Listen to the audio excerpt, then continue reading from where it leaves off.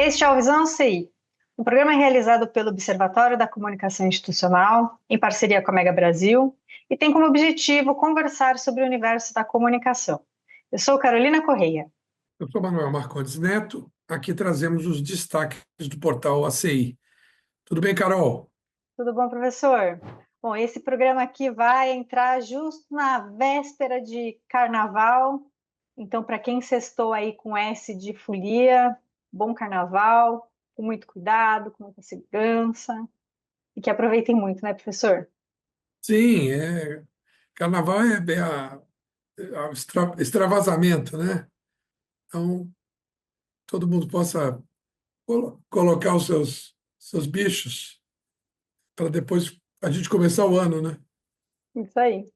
Bom, e antes de começar a folia, um programa interessante aí para você acompanhar e depois continuar a conversa com a gente aqui pelos comentários, na rede social aí que você acessar para ficar aqui com a gente. E o tema de hoje vem de um texto da Regina Brito, da coluna Gestão Inteligente, que tem então como título Onda Anti-Woke versus DI, a nova batalha corporativa que pode levar ao cancelamento. E aí, sobre o que é este texto? A Regina Brito ela fala sobre as políticas de diversidade, equidade e inclusão, e o movimento que vem surgindo por conta da decisão de alguns players do mercado no retrocesso com relação a essas políticas. E aí, como isso pode ou não interferir no movimento geral do mercado nessa questão, nesse movimento das políticas de diversidade, equidade e inclusão. É um tema recente? Não, não é um tema recente. Recente agora são essas movimentações aí, muito por conta, segundo o texto, vem muito por conta da posse do Donald Trump, e aí desses grandes players do mercado, então, isso vem chacoalhar um pouco o cenário como um todo. E aí, professor, a minha primeira pergunta. O texto aponta que algumas empresas estão recuando com relação a essas políticas de DEI, seja então por pressão política ou por uma questão financeira, porque existe esse argumento de que essas iniciativas são custosas, né? Mas aí, com base na perspectiva, no olhar da governança, e aí eu sei que essa é uma seara que o senhor domina com maestria, como que esse retrocesso pode impactar a cultura organizacional e principalmente a percepção dos stakeholders com relação às marcas dessas empresas que, por algum motivo, tomaram essa postura de retrocesso? Olha, cumprindo aí com a nossa origem, nossa essência de RPs, a gente precisa, na minha visão, acredito que você também, peço que você também se posicione. é, Nós deveríamos ter uma postura desapaixonada para analisar. Tanto que o observatório, nós temos textos, vários textos, promovendo a, a pauta da diversidade, da equidade e da inclusão, e agora temos esse clipping desses movimentos, ou algumas matérias também que alguém publicou e que nós clipamos para tratar desse assunto, que é um assunto fundamental, um assunto que diz a respeito à gestão de pessoas e que não deve. Eu acho que essa discussão de woke, de wokeism, ou, enfim, o que seja, ela não é anterior um pouco, tá? Já tem uns 2 anos aí que nós vemos uma, uma, uma onda de crítica, porque o que aconteceu? Foi uma onda muito forte, eu acredito, do DEI, assim como do ESG. Eu, como estou há muito tempo na estrada, eu fico observando essas ondas. Elas são fortes e elas realmente levam, né? E muitas vezes se estabelecem e você fica meio preso a elas. Eu acho que eu trabalhei numa universidade, foi a primeira universidade que teve política de cotas. As ações afirmativas também sempre foram um sucesso nos Estados Unidos. Então, quer dizer, toda ação que vai em busca de melhor oportunidade, de maior diversidade, ela tem que ser aplaudida. Nesse sentido, se aplica a palavra retrocesso, né? Porque a gente encarava o avanço e aí encara agora um retrocesso. Mas se a gente sair um pouco dessa paixão, a gente pode falar de fluxo, refluxo. Ou seja, movimentos de maré que vão e vêm. Então não é nenhuma tragédia. Eu acho que as pessoas também acabam pilhando essa polarização. Você pega o LinkedIn hoje, é isso. E não é para isso. Eu acho que as empresas que têm políticas sólidas, elas não se movem por moda. Elas têm a política de contratação, de diversidade. Há legislações, há legislações que estão em vigor e você tem que cumprir. Se você não consegue cumprir, você tem que explicar. Olha, eu não tenho tantas pessoas com deficiência visual como deveria ter no meu telemarketing, porque eu procurei, não surgiram candidatos. Quer dizer, é preciso menos paixão, eu acho, sabe? Eu acho que a gente não pode se deixar abalar pela política partidária, entendeu? Eu estava ouvindo hoje um influencer, ele estava repetindo, me parece que um outro pensador, dizendo, não há nada mais velho na política que o novo. Todo mundo fala isso no marketing, né? É novo, novo, novo, tudo que é novo. Não tem nenhuma novidade em você ter uma política inclusiva, de diversidade e de equidade. Isso não é novidade, isso é bom senso, né? É cidadania empresarial.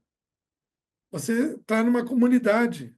Você não, eu me lembro que eu trabalhei em Juiz de Fora, uma siderúrgica, e que era criticada pela população de Juiz de Fora porque trouxe o pessoal de BH. Então, é um erro, né? Deveria contratar na cidade. Eu estou falando de décadas atrás, e já era ruim. E na UERJ, nós tínhamos alunos tão bons ou melhores entre os cotistas que os demais. Então, eu me assusto menos, me deixo abalar menos, entendeu? Para a gente manter uma visão alargada, não contaminada pela polarização. Pode ser que não sirva, mas, inclusive, no observatório não temos nenhum tipo de restrição. Nenhum. Não tem pré-requisito, né? Então, quando você começa a criar muito pré-requisito, você começa a limitar por formação. Agora, a gente sofre, né? O idadismo, por exemplo, né? Está presente, questão da idade, né? E, enfim, a gente ainda não resolveu isso. Mas diga lá você. Eu acho que meu papel, então, aqui é mais para sintetizar a resposta do senhor, porque eu concordo. A empresa que oscila por conta de um movimento, né, como esse recente, na verdade, não tem de fato uma política de DEI, que ela tem uma fachada, é um greenwash, né? É o termo que eu estou me apropriando aí para poder fazer essa aproximação. Então, na verdade, a empresa já não é isso, né? Ela já é uma fachada, né? Porque se isso é cultura, se isso é política, se isso faz parte do princípio, é um outro discurso, é um outro caminho, né? Então, a gente não está falando dessas empresas, a gente está falando de empresas que oscilam, né? Por um modismo, por uma oscilação, né? E aí, então, já cai por terra aí o que é a reputação dela, né? E eu acho que aí também já cai por terra no que é governança, sobre aquilo Você que é fica. indicador, sobre aquilo que tem que estar em relatório, que são, né, algumas regras que precisam ser cumpridas, seja para financiamento, para aporte, né? Ou para estar em determinados locais, em determinados mercados, né? E aí eu acho que o próprio mercado já faz esse trabalho de ceifar, né? De selecionar. E a empresa que muda de acordo com a moda, ela de fato não tem os princípios sólidos, né? Então é muito complicado, é um brand washing de todos os lados. Exato. E a gente deve tentar evitar isso, é, e passar ao largo, mantendo políticas, entendeu? É o que eu acho. Não atuo diretamente na área de recursos humanos, mas de maneira indireta, sim, porque nós vivemos aqui captando pessoas para publicar conosco. Então, o que que é? É o universo todo. O senhor tem razão, professor. Vou pedir 20 segundinhos, só o tempo da gente tomar um golinho d'água e já voltamos.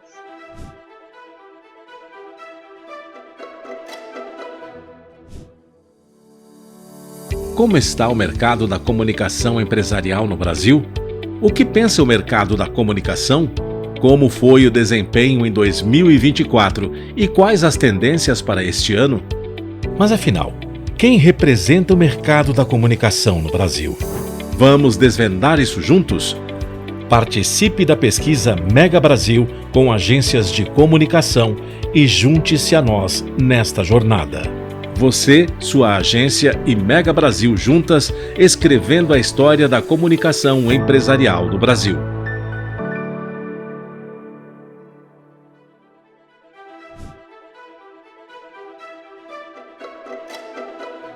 Bom, professor, o tema daria aí uma palestra do senhor de 2 horas tranquilamente, né? Bom, e a gente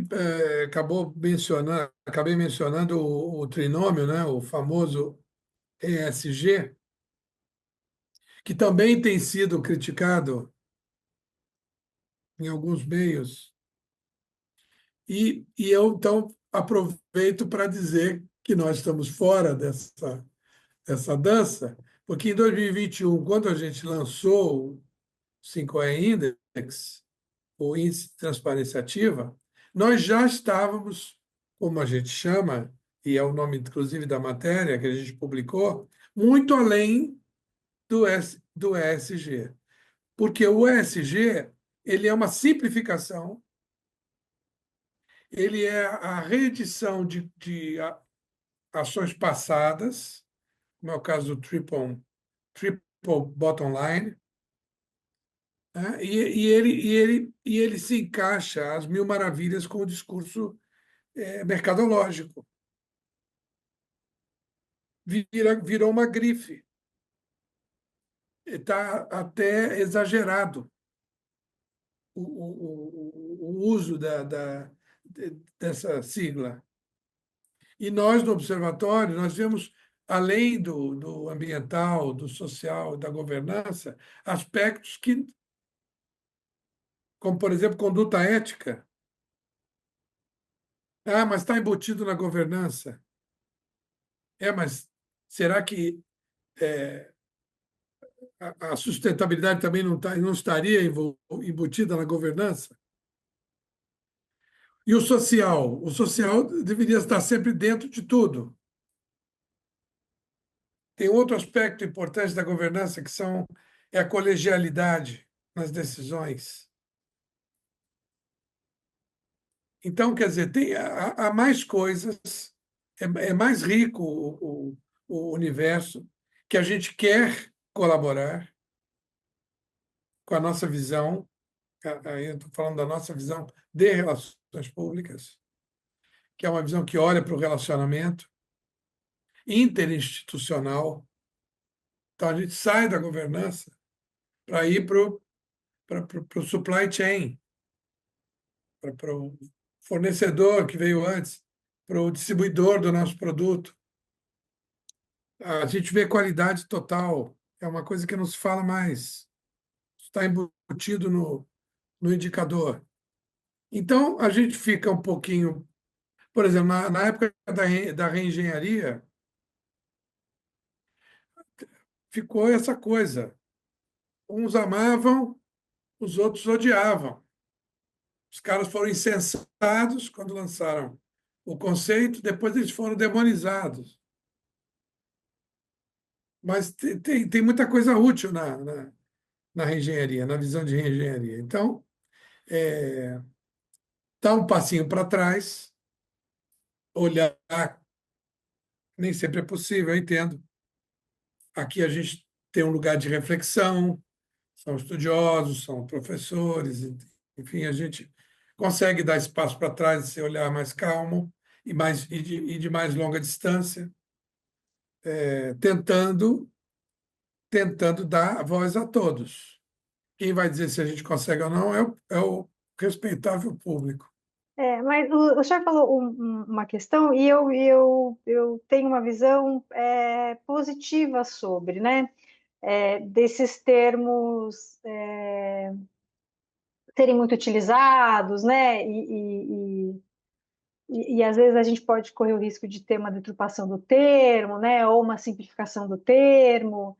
Mas o meu olho é um tanto positivo porque eu penso que se a gente não popularizar esse tipo de termo, políticas de diversidade, equidade, inclusão, etarismo, e enfim, o próprio ESG, eu acho que eu vejo com bons olhos no sentido de que quanto mais a gente falar sobre, mais barreiras a gente quebra para tornar esses termos populares no sentido de ser, de estar no entendimento da grande sociedade, né?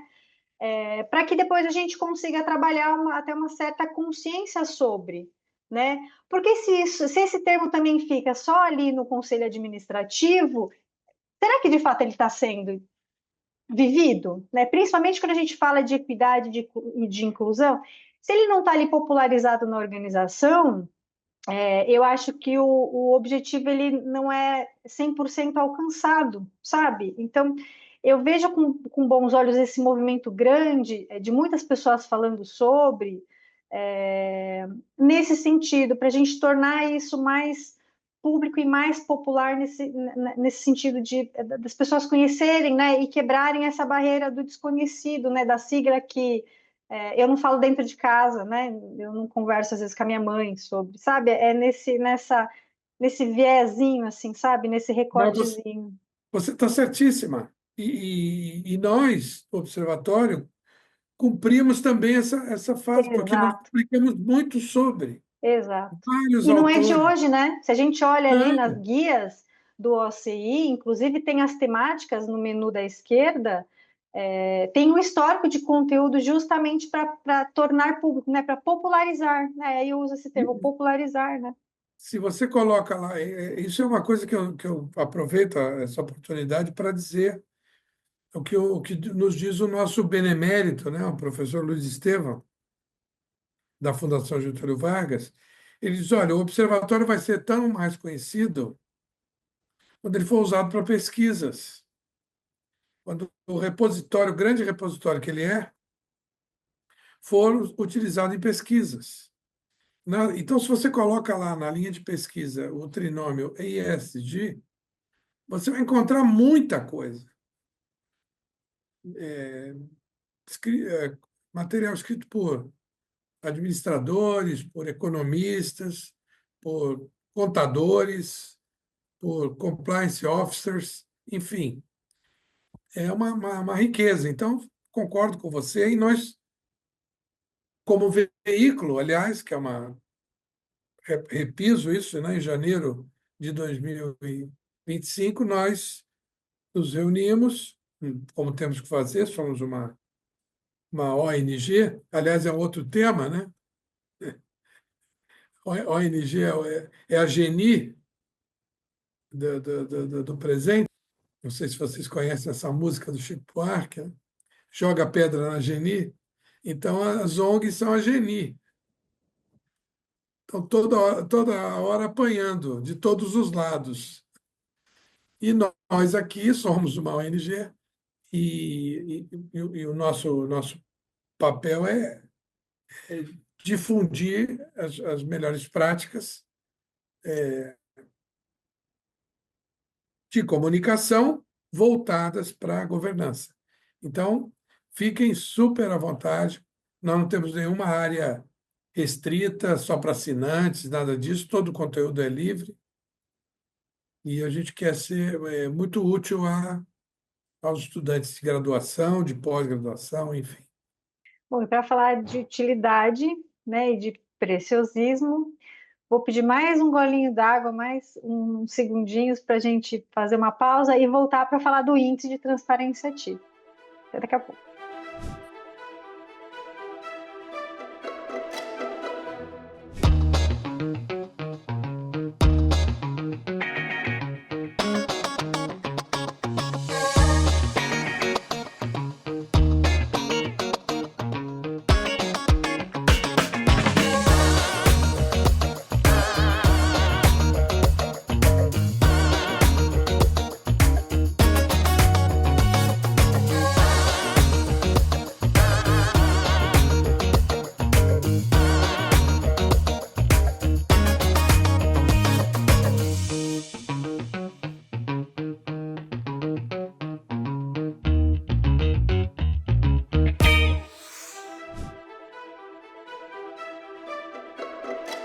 Professor, índice de transparência ativa.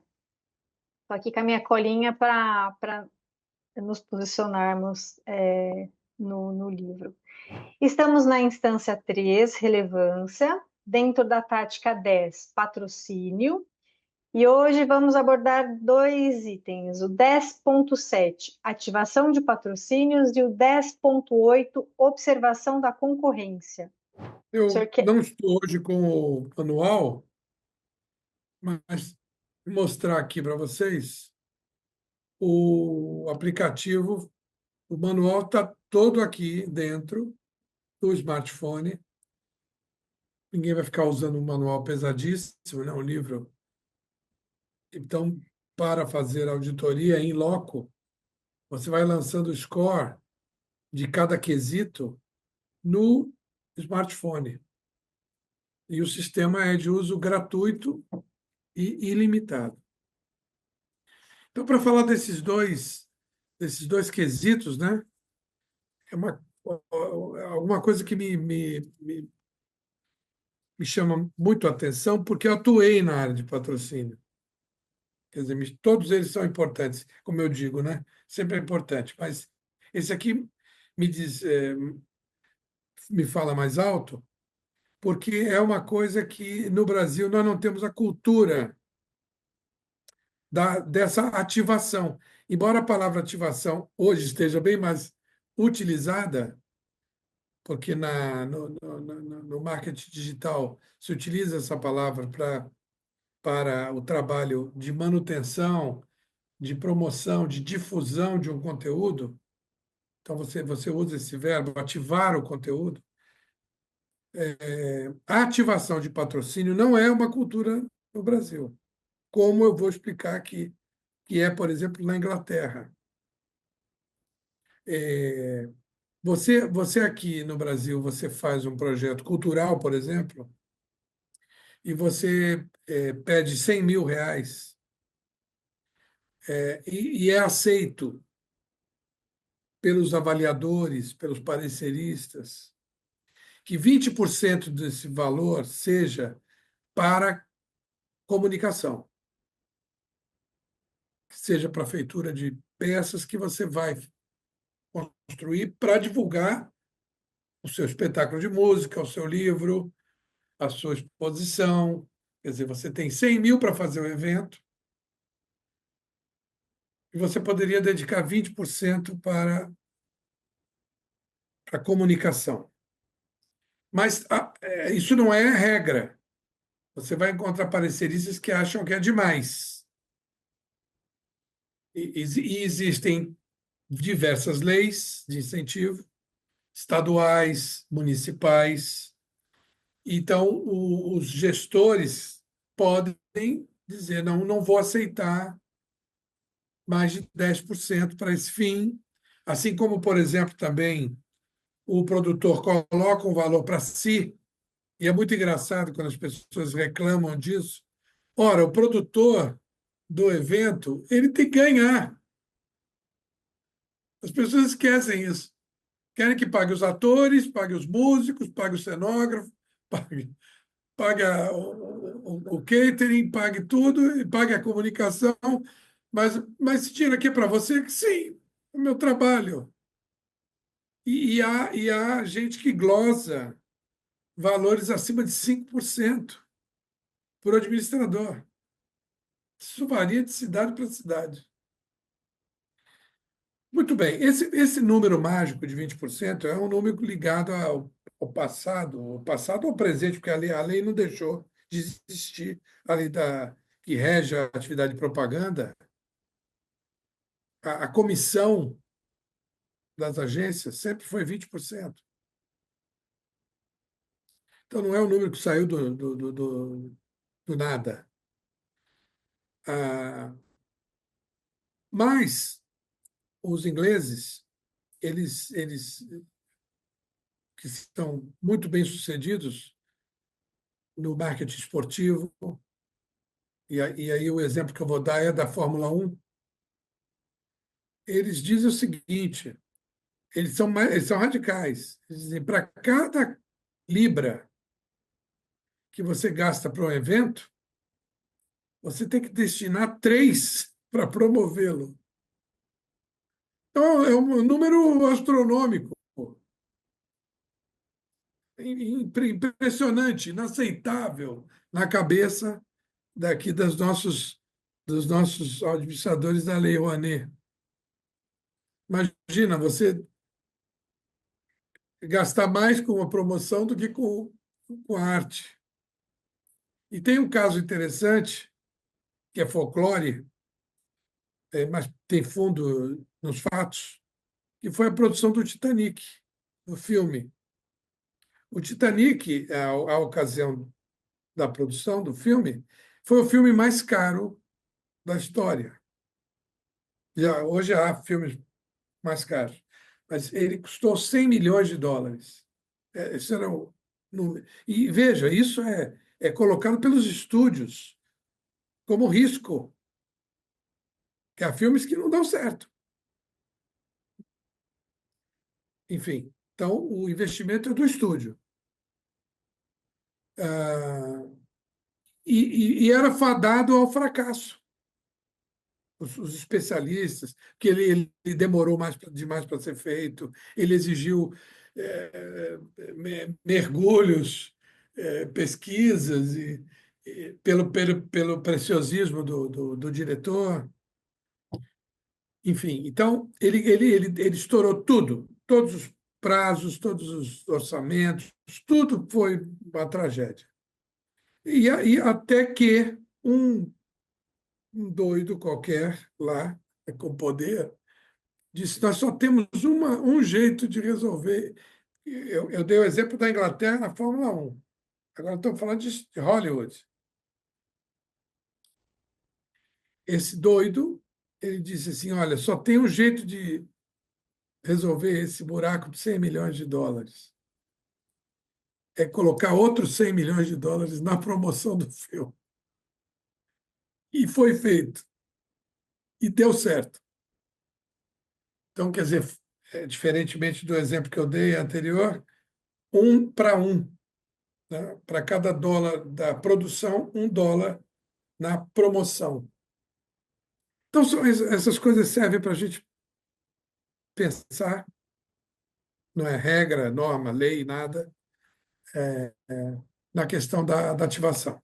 E para não deixar de falar do 10.8, que eu me estendi um pouco no 10.7, observação da concorrência é a tal da inteligência de marketing, né? Inteligência de mercado. Você tem que ter um setor ou terceirizar quem analise seus concorrentes, em qualquer ramo que seja. Então, esses dois quesitos, o auditor que está olhando transparência, ele tem que olhar. Ativação de patrocínio, a empresa faz ou não, faz bem, faz mal, e observa a concorrência. Que nota eu dou para isso? Essa é a ideia. Muito bem, professor. Muito obrigada. E é interessante a gente ter essa contextualização, até para depois ir lá para o índice, né, pelo livro ou pelo aplicativo, para poder fazer ali a avaliação. Então, é super válido esses espaços de contextualização, porque aí quem nos acompanha e tem a oportunidade de ter o material ali em mãos, tem maior carga para poder utilizar o material. Não, e na hora que você está fazendo o trabalho, você coloca essas questões na mesa para o administrador ali. Talvez ele não tenha parado muito para avaliar. Ele fica contente em dar um patrocínio para uma peça de teatro e essa peça não consegue ser bem divulgada e ele se sente mecenas porque fez isso, mas a falta de um esforço adicional os produtores culturais sempre se queixam. Eles têm que tirar a verba de promoção de dentro, digamos, tem que roubar um pouquinho do cenário, tem que roubar um pouquinho do cachê para fazer a peça publicitária, quando devia poder produzir e investir. E, às vezes, isso não fica claro diante do executivo que apenas aprova um valor e fica satisfeito por tê-lo feito. Muito obrigada pela, pela arguição, pela explicação. Quem nos acompanha, obrigada pela companhia. Fique à vontade de comentar, curtir, reclamar, sugerir. Acho que são espaços para a gente continuar a conversa, no fim daqui na nossa gravação. Um obrigado especial à Mega Brasil. Bom carnaval a todos e nos vemos no próximo episódio. É o próximo.